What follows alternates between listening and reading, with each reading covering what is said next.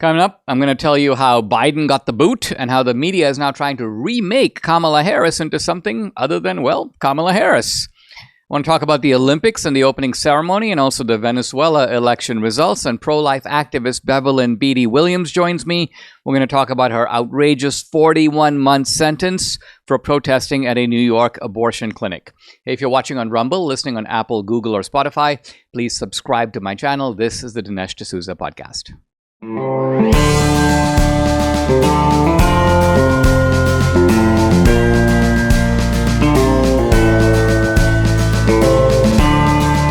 America needs this voice. The times are crazy. In a time of confusion, division, and lies, we need a brave voice of reason, understanding, and truth. This is the Dinesh D'Souza podcast. This past week was the big week in which Joe Biden got the boot and Kamala Harris became the de facto Democratic nominee for president. Now, I was out of commission, at least for the latter part of the week. And the reason is that we were filming at Mar-a-Lago. This is for the new film coming out in September. It's going to be awesome. And then we had the funeral and burial services for Debbie's mother, Mitzi. Very beautiful and moving ceremony. And I'll be talking with Debbie about it later in the week when we do our joint session on Friday. Now, the Biden departure, so to speak. Now, he's not quitting as president, and that alone raises the question, why not? This guy is obviously, if he's not a vegetable, let's just say he's a partial vegetable.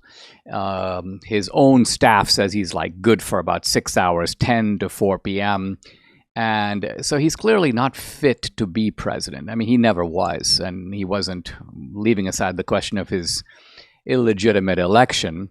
The simple truth is that he's clearly disabled now from being able to do the job. And so we just have to face the fact, and it's a very disturbing fact, but there doesn't seem to be much we can do about it. You've got this guy, non-compos mentis, in effect representing our country to the world, and in the face of threats that are very real from more than one place, from China, from Iran, threats in the Middle East, and you've got Biden at the helm. Now, true, I think for some time he hasn't really been at the helm. He's been kind of a ventriloquist puppet, but that raises its own problems, as you know. Now, I don't go along for a minute with all the mindless hosannas about what a massively noble and self-sacrificial gesture this is on Biden's part to step aside. Oh, he put the country first. Contrast him with Trump, who's all about himself. This is the kind of rhetoric that we're getting. Classic example of this is the Yale political scientist Tim Snyder, who basically went into just rhapsodies over Biden and said, history will record this as one of the, not just Biden's finest hours, but the finest hour of any president. I'm thinking to myself, are you on drugs? I mean, are you this stupid? Or is it the case that you're just saying this stuff because you're, angling for a political appointment of some sort? And I say this because it's quite obvious that Biden didn't want to go. There's nothing magnanimous about what he did. He was essentially, taken into the back room and subjected to a kind of chokehold. Now, who administered the chokehold is up for some debate, but evidently it was a combination of Obama and Pelosi with the full consent of Kamala Harris. And this is the key. Apparently what they did is they went to Biden, at least this is what reports are, and they said to Biden, we have Kamala Harris's consent to invoke the 25th Amendment on you. And that will be a huge disgrace. Your own party will be, in effect, leading the effort to get you thrown out.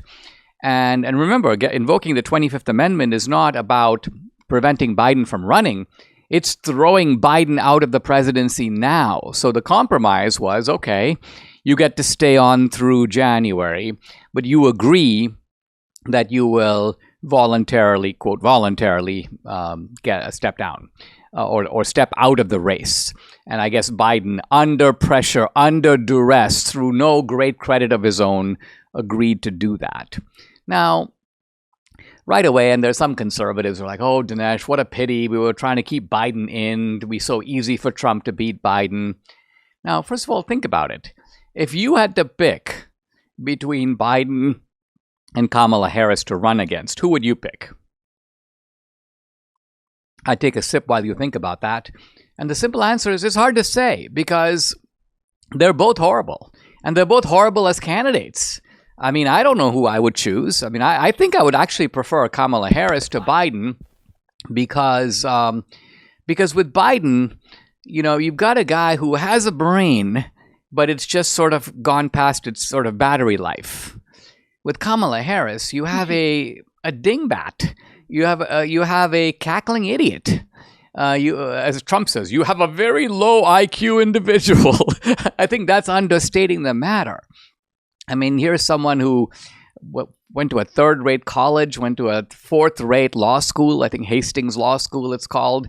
Here's somebody who has no credentials at all, no accomplishments, unless you call courting Willie Brown an accomplishment. Oh, no. But I don't really consider these sort of levitational accomplishments to be real accomplishments at all. So some people go, well, she was a prosecutor. And in fact, the first person said she's a prosecutor actually misspoke and said she's a prostituter. And I was like, actually, that's a Freudian slip. But anyway, so you have Kamala Harris. I do not think she is going to be a formidable candidate, nor am I in any way impressed at all these efforts on the part of the media to enlarge her stature, make her seem like an amazing intellect, a statesman or stateswoman, if you want to put it that way. And all of this involves an attempt to systematically whitewash her record, her past, and really who she is. And so I'm going to be really focusing on the podcast and in my social media posting and elsewhere over the next several weeks on the full and real Kamala Harris, the kind of untouched up Harris, the Harris without the costume, without the kind of fake aura that is going to be put on her by the media in an effort, again, to really pull a fast one on the American people. The American people have had a pretty good look at Kamala Harris, and they're like, she sucks. And the media's like, oh, no. You don't know the real Kamala Harris. Look at our version of Kamala Harris. And we need to see the real Kamala Harris. And so you're going to see the real Kamala Harris in the movie, but you're also going to see and hear about it right here on the podcast. But let me highlight two attempts to kind of edit Kamala Harris for public consumption. The first one, of course, is the big kind of black woman descended from slaves theory. Now, I have actually debunked this completely, but I did it in 2020 when Kamala Harris was first elected by Joe Biden, and it's kind of gone into the memory hole. So I need to pull all that right back up. But I'll simply give you the sort of punchline or the conclusion.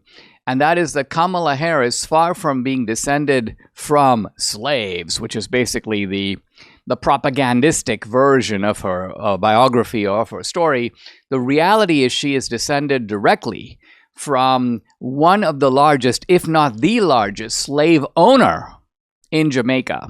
We're talking about a white guy.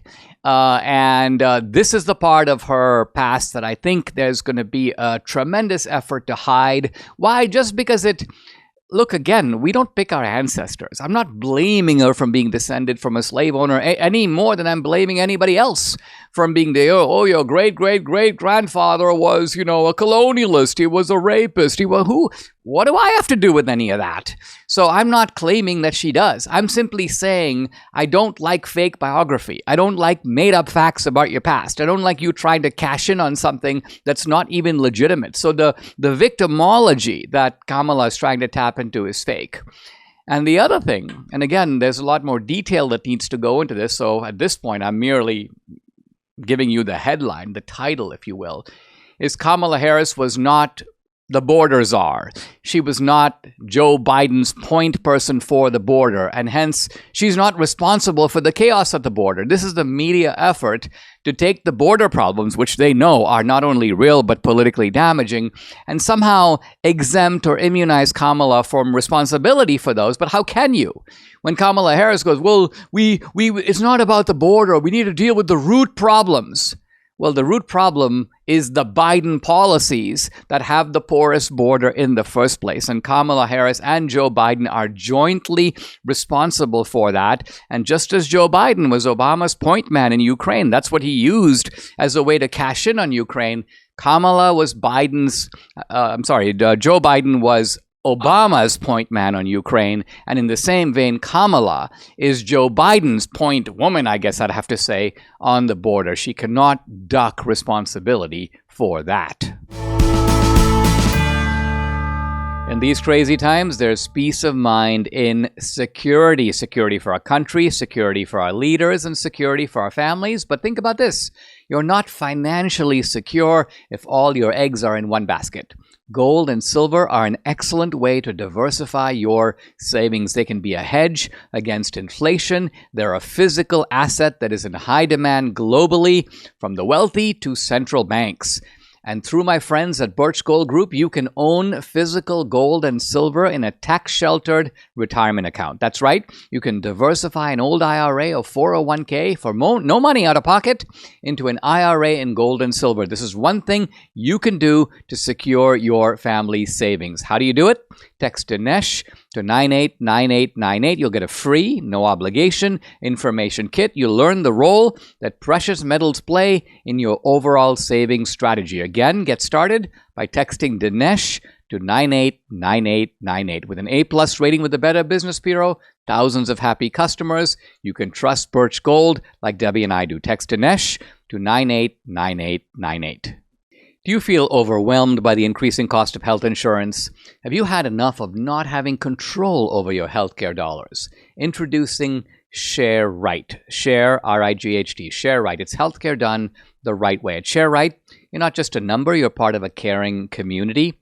Forget about paying excessive premiums with Share Right. You stand to save 30 to 50% compared to health insurance. So think about what you could do with all those savings. But it's more than just savings. Share Right ensures you have access to the care you deserve precisely when you need it, from routine checkups to unexpected emergencies. With Share Right, your healthcare is their top priority. Empower yourself today by taking control of your healthcare costs. Visit joinshareright.org/Dinesh to learn more. See how much you can save. Visit joinshareright.org/Dinesh. It's healthcare done the right way. joinshareright.org/Dinesh. I want to talk in this segment about international news, and I want to focus on two things. One is the opening ceremony of the Olympics, and the other is the results just in from the Venezuelan election. I'll talk more with Debbie about the Venezuelan election also on Friday. But let me start with the Olympics and just express some of the absolute disgust and outrage that I feel and many others feel about this grossly sexualized and blasphemous aspect of the opening ceremony. It wasn't the entire opening ceremony, but they apparently had this kind of, LGBTQ activist who wanted to send a message, as he puts it, of inclusion. But this is not a message of inclusion. In fact, it's a message of exclusion. It's a message of derision. It was a kind of a mockery based upon the famous painting. I guess it's the Da Vinci painting, I believe. Is it Da Vinci of the Last Supper? I think it's Da Vinci. And so they created these LGBTQ characters. Absolutely, one person had blue skin. It was essentially a gross parody of that scene. And now, subsequently, I've seen some efforts on the part of apologists for the Olympics to say, no, you're misreading it. This was not that. This was actually based upon the pagan god Dionysus. It was an evocation of ancient Greece. Well, first of all, the evocation of ancient paganism, with all its extreme sexualization, obviously the homosexuality, all of this is in fact an attempt to elevate those values over Christianity. So that's the first point to be made. But the second point is that this wasn't, Dionysus with a cup of wine and some grapes and the kind of ancient pagan ritual. Not at all, because you could put the Da Vinci painting side by side with the tableau of what happened at the Olympics, and you can see that is exactly what they were going for. And in a particularly gross aspect of this, if you notice, and many people on social media, particularly on X, have highlighted this, one guy literally has his genitals hanging out. You can actually see it. And I don't believe that it was on accident. I don't believe this is his genitals popped out. This was part of the, let's push the envelope, let's go one step lower, let's degrade the scene even further. And it's the kind of artistic up yours, I think, that they were going for here. And so, needless to say, there's been kind of worldwide outrage at this. The French bishops have condemned it. It's being condemned in other parts of the world. The Olympic Committee's gotten nervous, recognizing that a lot of people are saying, let's boycott the Olympics. To heck with it. We're just not interested. And for me, this is kind of a hard thing to do. I like the Olympics. I particularly like the track and field. It doesn't happen very often. It's every 4 years. But I'm having serious doubts about whether to watch. Look, I'm not going to go to France to protest. Some people have actually done that, and I saw this this Tate fellow. Was it Andrew Tate? Is that the guy? Yeah, the kickboxer. He's out there protesting in person, and he goes, "Where are the Christians?" He goes, "I'm doing it as a Muslim. I'm protesting the treatment of Jesus as a Muslim." And he goes, and if they want to jail me, I'm here to be jailed. So I mean, I got to give the guy a little bit of credit for doing that in such a bold way. But honestly, if you don't want to encourage this kind of stuff, you have to send a message. And it doesn't matter, and I take the same view, it doesn't matter if I like to watch the Olympics. It's my little way of saying the little influence I can have on these guys. And they're not even here in America. They're in France. But they want the Olympics to succeed. It's a big deal for them. And so we're like, let's just turn it off. You know what? Let's go watch Chariots of Fire. It's a better movie. It's got better values, and nobody's genitals fall out. I'll tell you that. So that's my take on the Olympics and the grotesque opening ceremony, and the so-called apologies that have come out of the Olympic Committee are basically fake, because what they're saying is, well, we didn't mean it. We were going for harmony and exclusion if we offended anyone. So they haven't taken it back in any way. They haven't said what we did was wrong. They're basically saying, we're sorry that you were offended, even though what we think we did just an excellent job. No. Now, Venezuela. The election, Debbie tells me, has just been certified. This is a completely bogus election. In fact, we know this because there were a number of polls taken right up to the election, and they all showed that Maduro was going to lose. He was going to lose despite the fact that the leading candidate against him, Maria Corina Machado, had been prohibited by Maduro's goons, and by this I mean the goons on the Supreme Court. He's packed the court, it's handpicked goons, and they are like, she can't run. So she appointed another guy to run in her stead, a kind of proxy. And that's hard enough to do. We're basically telling people, the people who you want to vote for me, vote for this other guy. And yet, the proxy, that guy, was leading in the polls. And then magically the election results come in. Oh, Maduro's won. He's won again. And this is what the definition of a rigged system. Now, there are all kinds of election improprieties that people have been highlighting. Deployment of the military to scare people from voting, intimidate people into not voting. And I've seen some videos to that effect. There were also all kinds of, we also know that there have been all very cunning ways that the Venezuelan government knows how to control the counting of the ballots. And so there is a kind of intermediate phase, this has echoes, by the way, of 2020 here in America, where you cast the ballots and then someone takes control of that whole system And then they declare the result. We won. The regime won. And so pretty much all over the world, there's a recognition that this is a rigged election. Rigged and stolen, to use the phrase that Donald Trump likes to use. Except here, it seems like even the Democrats in this country have to agree. I saw Anthony Blinken, the Secretary of State, put out a statement today. Basically, it was his usual Anthony Blinken beta male statement. We have serious concerns, blah, blah, blah. We wish to express our reservations, blah, blah, blah. Democracy itself requires blah, blah, blah. So I'm not saying this has any value. This certainly wasn't talking about doing anything. It was all about just the international community expresses its concerns, its reservations, its, well, blah, blah, blah. But it's another way of saying that this is a country that is already, you may say, tipped over. And what are the hallmarks of a country that's tipped over? You have elections, but they aren't real elections.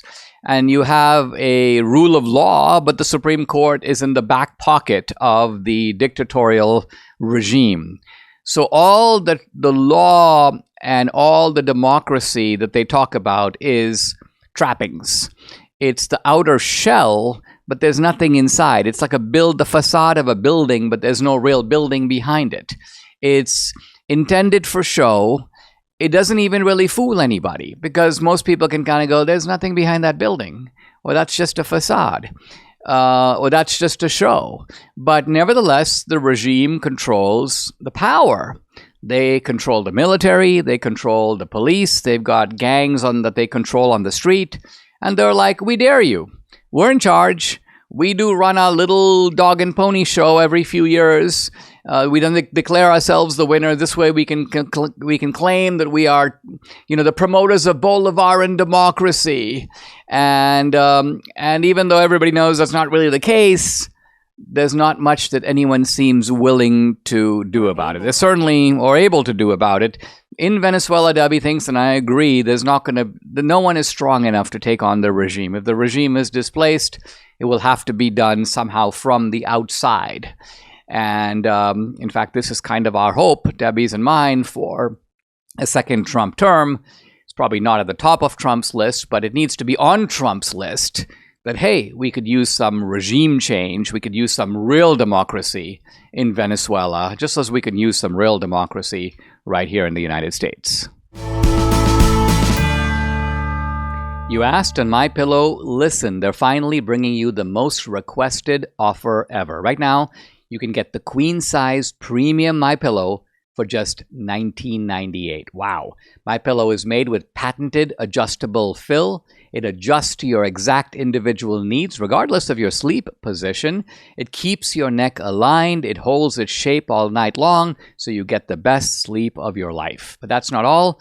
Get their 6-piece kitchen or bath towel sets for just $25. The brand new mattress topper for as low as $69.98. And their famous MyPillow bed sheets for as low as $25 and so much more. Great deals. Here's the number to call, 800-876-0227. The number again, 800-876-0227. Or you can go to mypillow.com. Use promo code Dinesh to get huge discounts on all the MyPillow products, including the premium queen-size MyPillow, just $19.98. Once again, mypillow.com, promo code Dinesh. Guys, big election year, new movie coming out, great way to support my work. Join my Locals channel. Become an annual subscriber. I post a lot of exclusive content there, including content that is censored on other social media platforms. On Locals, you get Dinesh Unchained, Dinesh Uncensored. You can interact with me directly. I do a live weekly Q&A every Tuesday, and no topic is off limits. I've also uploaded some cool films to Locals, documentaries and feature films. 2000 Mules is up there. The latest film that came out last fall, Police State, and of course the new film will be up there too. By the way, if you are an annual subscriber, you can stream and watch these movies, this content for free. It's included with your subscription. So check out the channel. It's dinesh.locals.com. I'd love to have you along for this great ride. Again, it's dinesh.locals.com. Guys, I'm pleased to welcome to the podcast. I say pleased because we are about to talk about a solemn topic, but nevertheless, It's our friend Bevelyn Beatty Williams. She's a pro-life activist. She's co-founder of Atwell Ministries. By the way, that website, atwellministries.org.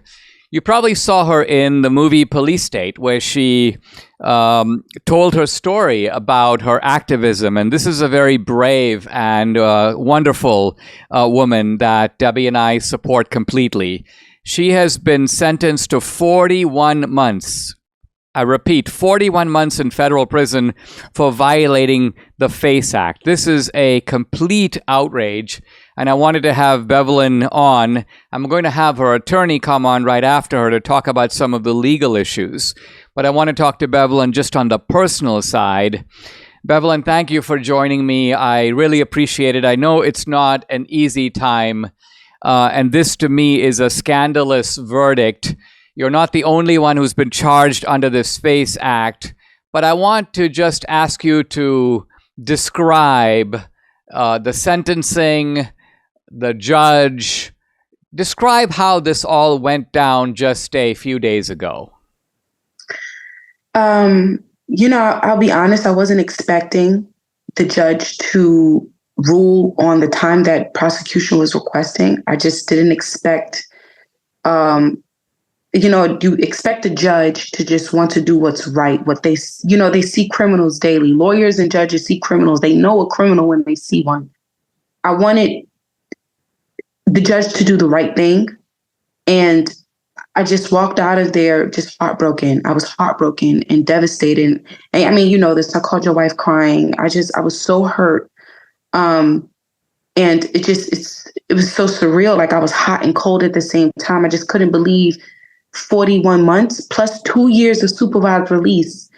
It just was like, oh my, this is overwhelming. But, they made it very clear, a lot of people, thousands of people watched you stand in front of that abortion clinic and make the stance that you made. And, before they get inspired by what you did, we're going to give you a serious sentence. And we're going to make a statement. And they were not secretive about it. They made that very clear in court. And so it was devastating, Dinesh. It was devastating.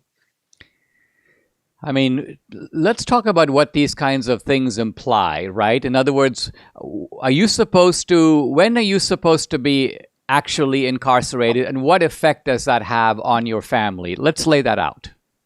So my turn-in date is October 16th, and my daughter is 2. My husband works from home, and I'm a stay-at-home mother, aside from whatever I do for the Lord. My daughter does not know what it's like to be without her mom. I was away from baby 2 days while headed to this sentencing. My daughter was depressed. My daughter misses her mommy. She loves Edme, and she loves her Nana, but I'm her mommy. She crawls into our bed in the middle of the night, find her in the middle. Eleanor just does not understand this, and it's going to be hard for her. And my husband, he is really trying, but I find him sitting by himself sometimes, crying or sitting alone and just in deep thought. And he's devastated about the injustice of it. And he just feels like the leadership that we've put in, they betrayed us. And it feels like tyranny all over again. So it's right now, I'll be honest with you, it's really hard for my family emotionally. It's really hard. And is this the case? I mean, it seems to be the case that not only is this a form of, I don't know, vengeance is the right word, but like you say, particularly in New York, where you've got this Southern District of New York, and what they want to do, it's almost like they want to take out their rage for the overturning of Roe versus Wade on mothers and grandmothers, and they're finding episodes where here you're at the clinic and you're hollering and screaming and you're trying to send a message to people, hey, don't do this, you don't have to do this to your child. And they're like, okay, we gotcha, because we found this episode in which one of the clinic employees opened a door and gets her hand stuck in a door. Now, can you tell us very clearly what happened in that incident? I mean, you didn't grab her hand and slam the door on it, did you? So you got to understand, in New York, at the Margaret Sanger Square Planned Parenthood, there's a giant sidewalk. They don't have like a private parking lot because it's New York City. So there's a giant sidewalk that is open to the public. And so this particular day, they bring pro-abort protesters to come to counter-protest us. These are not volunteers. These are not employees. They're just as much equal to me as far as their stance against abortion as my stance for abortion, as much as my stance against abortion. So in front of this door, there was free range for everybody to just, hey, listen, if I could stand here, they can stand here. And that's why there were no arrests. The police didn't pull anybody away because it was a fair game. Now, the woman who says her hand was caught in the door is not even an escort. She is an executive marketing director who, for whatever reason, during my publicized Jesus Matters rally, decided to open doors. Now, mind you, she also had agitated Edmay the day before. So then the next day, she had put a camera in Edmay's face, and Edmay told her to move. They recorded Edmay was your buddy, right? She was with you. Right. They have a no engagement law, but yet the woman takes her phone and she's like this close to your face, 5 inches off of your face. They say they're not supposed to engage and agitate, but they actually do. It's a lot of like elbows to ribs and weird things that they do that you just have to deal with while you're there. So I'm standing in front of the door. She opens the door. And she hits me with the door. I lose balance and fall behind the door. Now she's saying, oh, my hand. Mind you, I can't hear her hand. I have no idea about anything going on. All I know is that I was whacked with the door. Okay. And so now she's claiming, oh, my hand, I have a hand injury. She hurt my hand. But she waited 5 days to go to urgent care where they did an x-ray and they said she had no kind of broken ligaments, nothing. She was self-prescribed ibuprofen. So 41 months. This is extreme. This is literally revenge. And then I'll tell you something else. The prosecution said this, which I've never been the type, Dinesh. When I go in front of an abortion clinic and I'm preaching, I'm not the type to count babies. I'm like, listen, I can't count how many babies are saved. I'm here to preach the gospel. That's just what it is. The prosecution said on one day alone in this 2-day rally, they had 150 women scheduled. None of them came. So you tell me the cake is 150 women saved, a baby saved on a day, and the icing is Dotson. Wow. Well, Bevelyn, you are truly a heroine, and I am. I don't know how sorry I am that this has happened to you. I want to help you any which way I can. We've contributed to your Give, Send, Go, and look, people listening to the podcast, people watching it. Do what you can, and the way to do that is to help Bevelyn. She's going to need some resources to provide for her family, and more importantly, also to mount an effective appeal against this injustice. We've just got to fight it at every stage. So here's her Give, Send, Go. It's givesendgo.com, givesendgo.com/Bevelyn Beatty, Beatty Williams, givesendgo.com, Bevelyn Beatty Williams. Please find it in your heart to help. Bevelyn, what an outrage. I'm so sorry. We're with you, and our prayers are with you all the way. And thank you very much for joining me. Thank you. Love you guys. Guys, having just talked to Bevelyn Beatty Williams, I wanted to talk to her attorney. And so I'm delighted to welcome Aaron Mishleviak to the podcast. His website, fmamlaw.com, fmamlaw.com. He is a civil attorney, but he's also a criminal attorney. He's represented a number of high-profile clients around the country, Fortune 500 companies. He has a lot of experience, and importantly for our purpose, he's representing Bevelyn in this, to my view, miscarriage of justice. Aaron, welcome to the podcast. Thank you for joining me. I mean, what a complete outrage this is. And I want people to understand how it can come to this. You've got a woman of faith, a woman of conviction.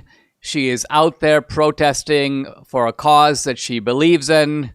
From what I understand, she really didn't do anything or anything in which you could say that the penalty bears any resemblance to the offense. It is a complete dislocation, a disproportion, if you will, of sentence to the so-called crime. And so let me start by asking you to describe the law under which she was charged, and what does that law actually say? Well, first of all, Dinesh, it's great to be here. Thanks for having me on the show. She was charged, and by the way, I think you set out perfectly a lot of the big themes here in terms of the punishment, the lack of evidence about a real criminal, a crime being committed. But the act that she was prosecuted under is referred to as the FACE Act, and it's the Freedom of Access to Clinical Entrances Act. It was passed during the Clinton presidency and spearheaded, I think, in a lot of ways by then acting Attorney General Janet Reno. And it was a response to, on the left, some violent acts at abortion clinics. I think mostly in the South, there were some bombings and shootings relating to abortion clinics. And so the act was brought to Congress and passed, I think, in a pretty bipartisan way, because it ended up including some language about protecting places of worship as well from acts of violence. And so the law sets out that a person cannot attempt to intimidate, interfere, or injure people, be they employees or patients, who are seeking reproductive health services at a reproductive health service clinic. And it also sets out that people cannot attempt to intimidate, interfere, or injure people attempting to enter a house of worship. And so I think by, putting both of those provisions in, President Clinton and Janet Reno were able to get congressional support for the act, and that's around the time when it was passed. Now, if I'm standing outside an abortion clinic and I am, let's just say, shouting out gospel verses, or I'm saying to women who want to go in, don't do this, you're killing your child, this is horrible, you should not do this. And am I allowed to do that, or am I violating the FACE Act? Right. You've nailed the issue, Dinesh. Spot on. Certainly the defense at Bev's trial, Miss Williams's trial, and Miss Siobhan's trial, and I was representing Miss Siobhan at the trial stage, and she was fortunately found not guilty of the FACE Act conspiracy and FACE Act violation. Miss Williams was found not guilty of the conspiracy charge, but found guilty of attempting to injure, intimidate, or interfere with, I think, one specific employee on one specific date in June of 2020.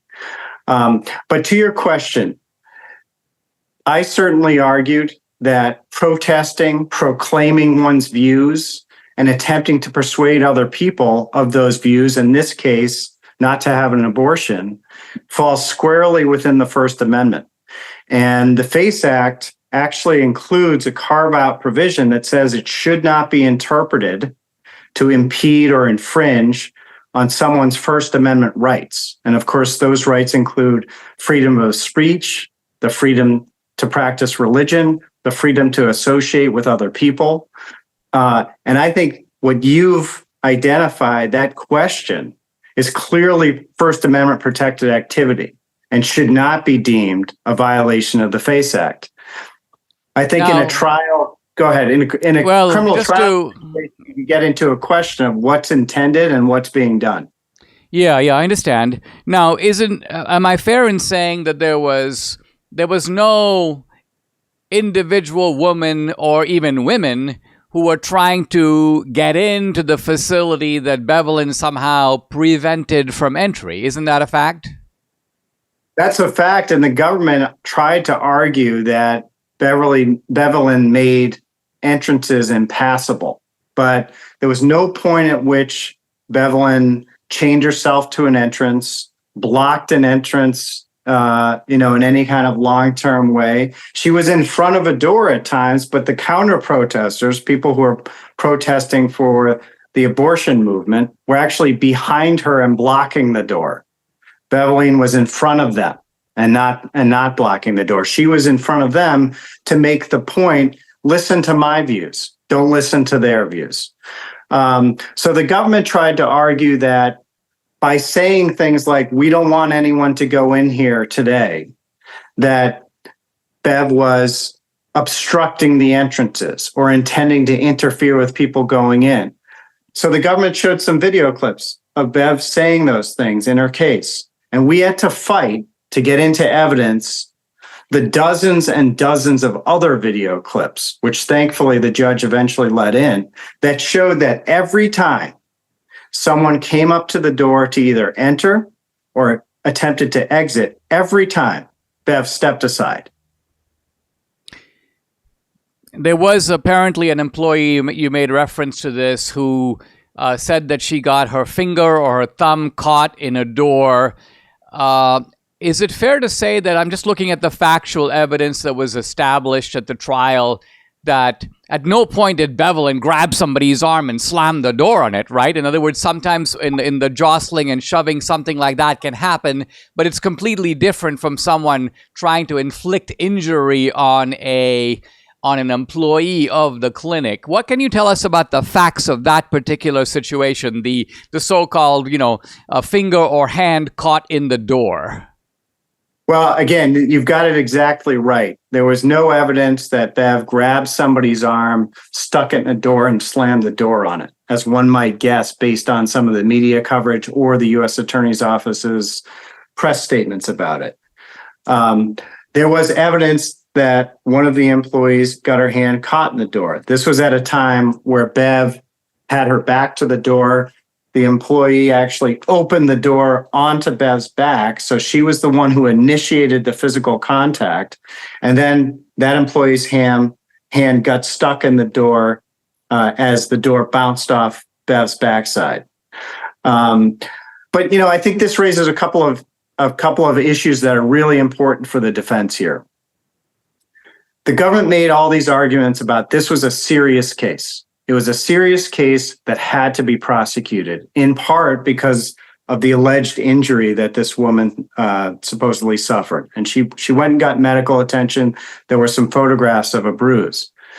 But I think it's important to point out that this incident happened in June of 2020. Nothing happened from the government for over 2 years. NYPD was on the scene. They saw this incident. They made no arrests.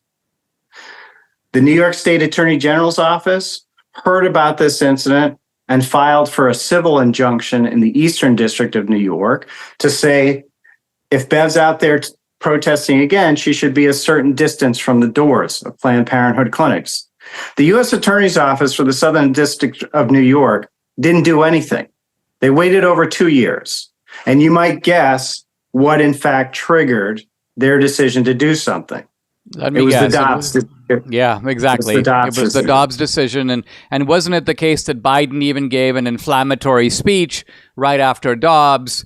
And then boom, boom, boom, these FACE Act prosecutions started coming down one by one.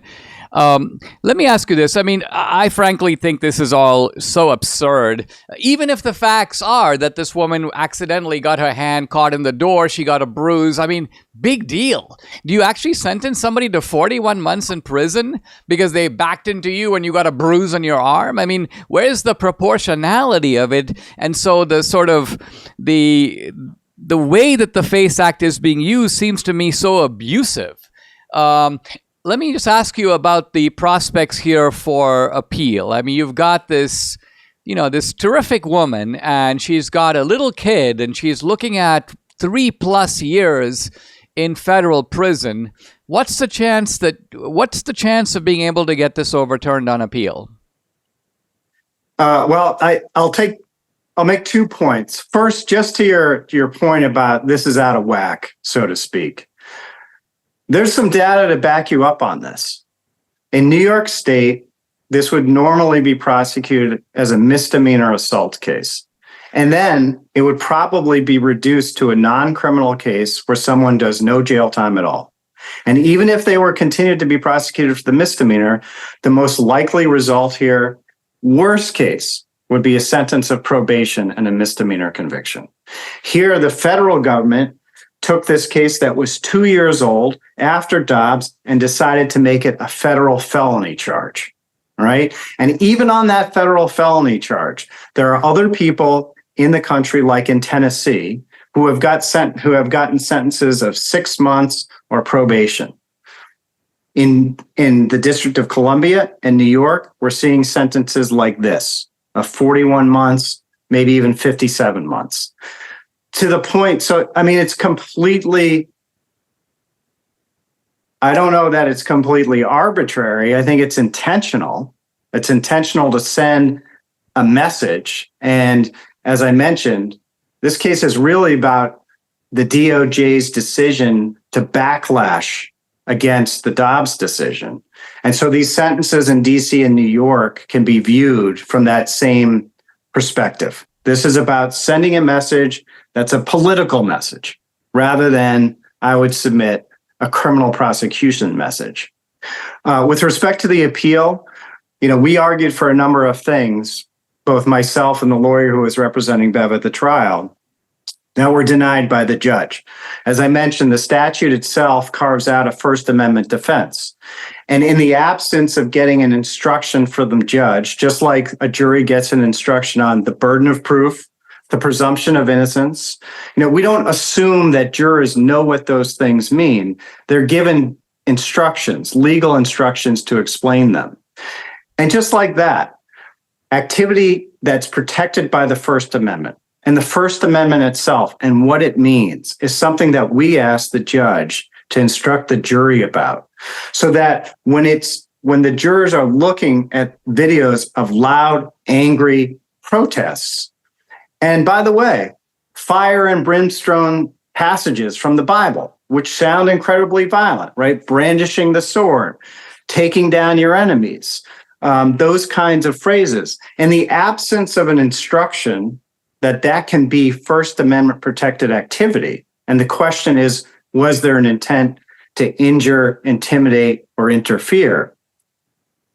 Jurors might just assume, what other possible intent could there be when people are out there saying words like terrorize, and this is a war? Well, this was a battleground for a war of ideas. This was a battleground in the culture clash, the culture war that exists in the United States and other places. And so I think one of the key appellate issues is we should have gotten that instruction. And the judge denied the ability to get a First Amendment instruction. The judge denied us the ability to even say the words First Amendment during the trial. Wow. So I think that's one key appellate issue. I think there are certainly issues about the severity of the sentence and whether it's a reasonable sentence. I don't know how into the weeds you want to get on those things, but I think from a common sense standpoint, you've already identified the nature of the argument at the appellate level. Well, let me just close by saying that I think that you should appeal, and you should appeal on all these fronts. And I mentioned this in my conversation with Bevelyn, but I want to emphasize it again. Guys, I want you to support Bevelyn in this endeavor. Support her as a person, because these things are costly and difficult, but also support her in being able to mount an effective legal appeal. This is her Give Send Go. It's givesendgo.com/Bevelyn, Bevelyn, Beatty, Beatty Williams. So givesendgo.com/Bevelyn, Beatty Williams. That's where you can support her. Debbie and I certainly have already, and we urge you to do it as well. Hey, Aaron, thank you very much for joining me and illuminating some of these legal issues. Really appreciate it. Thank you, Dinesh. It was a pleasure to be on. Thank you so much. Subscribe to the Dinesh D'Souza podcast on Apple, Google, and Spotify, or watch on Rumble, YouTube, and SalemNow.com.